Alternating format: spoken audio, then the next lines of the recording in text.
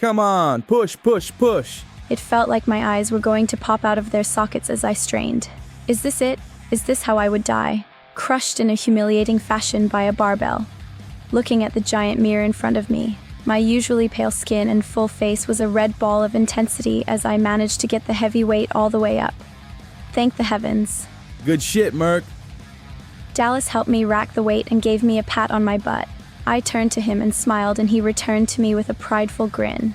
Wow, was he gorgeous with his boyish American charm? All right, move out of the way, it's my turn. He announced, then began adding a godly amount of weight to the one I just finished. Dallas was effortlessly squatting up and down, and I loved every second of watching his body work. It wasn't just me either, because from the corner of my eye, I could see a few girls watching him. They probably thought we were a couple, and sometimes I wished we were, simply because the two of us would make a handsome pairing. Dallas and I had known each other since freshman year of university. He and his family moved to Greece because his supermodel mom used to do most of her runway gigs in Europe.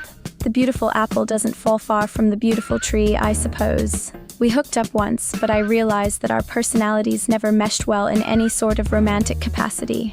Plus, it didn't help that he was also a bisexual playboy. More power to him, but I needed a man who would only have eyes for me and not also play for the other side. Nevertheless, his brown locks and eyes were great arm candy and made any other woman jealous. I mean, we were seemingly always together. He usually aired a haze of mint green confidence. Usually. Dallas finished up his set, then gracefully racked the weight back up. I wound up my arm and slapped him on his butt as hard as I could. Good shit, Dallas. I mocked as he rubbed his butt in pain. Oh, you bitch. His face cracked a pained smile. I can't wait to tag you back. Now is your only chance since my detail isn't around. I giggled. Speaking of detail, was your out-of-the-blue meeting with your dad business as usual? I sighed at the thought of yesterday's meeting. Business as usual. I wish you would use your powers for a higher purpose, like looking over there and seeing if those girls are interested in an introduction. Powers. I would always cringe when he referred to my condition as powers. Very far from the truth. Sometimes I wished I had never told him about my condition all those years ago. Such a good pillow talker, I felt compelled to tell him my biggest secret at the time after our hookup.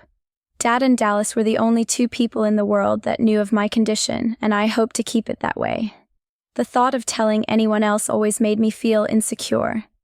We sauntered our fatigued legs over to the treadmills and began our cool down. Excited about this weekend?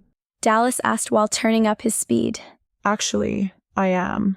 I turned up my speed to match his, but quickly realized that was a mistake and just as quickly turned it down. What made you want to come this year? He was now comfortably jogging. I mean, you always said this event was just our parents having a dick measuring contest. What changed? Oh, I still stand by that statement. I was in full power walk mode. I just thought it was time to see what all the hoopla was about. There was a slight shade of light violet in his minty mist. I didn't blame him for his skepticism. You keeping something from me? He blurted out all of a sudden. Taken aback by his question, I almost stumbled forward. What are you talking about? Lately, I've been noticing you've been very distant and even being a recluse at your manor rather than hanging out with me. Do you have a boyfriend or something? I promise it's not. Then it finally registered. Do you think I have a boyfriend? I mean, no. His haze swung to pink with lightning quickness. It's just, well, you've just been acting a little differently lately. Could it be a guy? Maybe. Just curious. Puckering my lips, I turned to him and made a face. You jealous, Dallas? Dallas didn't respond and kept jogging along. To answer your question, I do not have a boyfriend. If you're feeling like I've been distant, it's just Dad putting me to work more often than I want. I mean, he does have an empire to run. True. He nodded his head. You know what they say, heavy is the crown that holds the head. And that right there was one of the reasons why we would never work. So glad he was a delight to look at. After a few minutes on our treadmills, we got off and made our way towards the gym exit. See you tonight, yeah? Dallas held the door for me to exit. Dad would have a cow if I didn't come to the ribbon-cutting ceremony. I moaned. You know him. Optics, optics, optics. 3, 2, 1. All together, we held down the big scissors to cut the ribbon. A booming cheer erupted from the crowd as we smiled and waved at the paparazzi and other grovelers. An amalgamation of different hues permeated the atmosphere as they took photos of us in front of the brand new club. Dad held my hand with his left and his wife's with his right, and I could see his face beaming with pride. The only time he ever held my hand was whenever a camera was in front of us. Now that that's out of the way, it's time to party. Dad turned around and the bouncers opened the double doors for us to enter. The Aphrodite, or at least Aphrodite number 44, probably. I was never sure how many Aphrodites Dad owned throughout the continent. I did know that this was the third one in Greece. However, Dad boasted that this was his grandest club yet, and I would be lying if I said I didn't agree. As we walked past the entrance with the crowd behind us, we were graced with quite the spectacle. A line of servers, bartenders, cooks, bottle girls, security, and even the DJs were on both sides of us as we continued our grand entrance. Grandiose bars filled with the most expensive liquors on opposite sides of the establishment. Lavish pink and black upholstery, the trademark colors of his brand, in the multiple VIP areas. The club also sported a second level with a bird's eye view of everything down below, a dance floor that rivaled any 19th century ballroom, and a stage where one of the DJs was playing the latest pop hits. Paparazzi continued to take pictures as most of the crowd dispersed throughout the club, tasting complimentary hors d'oeuvre and dancing to the music. Dad let go of our hands and danced his way through the crowd. He shimmied and gyrated through a circle of elegantly dressed women, and I couldn't help but cringe at him. He looked silly dancing in his pink and black pinstripe suit.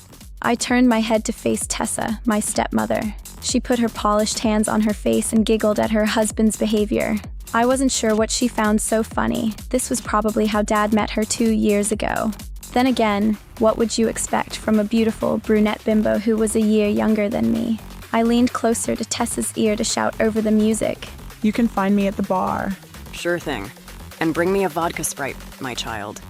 Her eyes were still fixated on Dad. Fuck, she is so annoying. A month after they married, I made it clear to her that she was not my mom and asked if she had a backup plan when this marriage inevitably failed like Dad's last two. I was doing her a favor and looking out for her best interests, but how did she return my kindness? With condescension. I'll get you your vodka Sprite, all right. Maybe with the bodily fluid in it. I bounced and bobbed through the frenzied crowd, hoping not to damage my red Vera Wang dress until I finally made it to the bar. I pulled out the bar stool and faced the lively crowd. Dad was now doing his classic shoulder roll that he learned in America. Could the torture please stop? I scanned my eyes left and right to absorb the array of colors around me. I could hear the bartender ask from behind me. What would you like to drink? 2 vodka Sprites, please. I ordered, still eyeing the crowd. Coming right up, my dear. My dear. Condescension from Tessa was one thing, but I'd be damned if the bartender did it. Before I could turn around and give him an earful, Dallas jumped in front of me out of nowhere. He was wearing a dapper black blazer and slacks that complemented his dark brown eyes. I could sense your scowl from a mile away, Merc. Dallas's breath reeked of alcohol. There's no way you're drunk already. We literally just opened. Dallas opened up one side of his blazer to reveal a flask hidden in his inside breast pocket. You know I'm a pre-gaming master. He slurred, taking a seat next to me.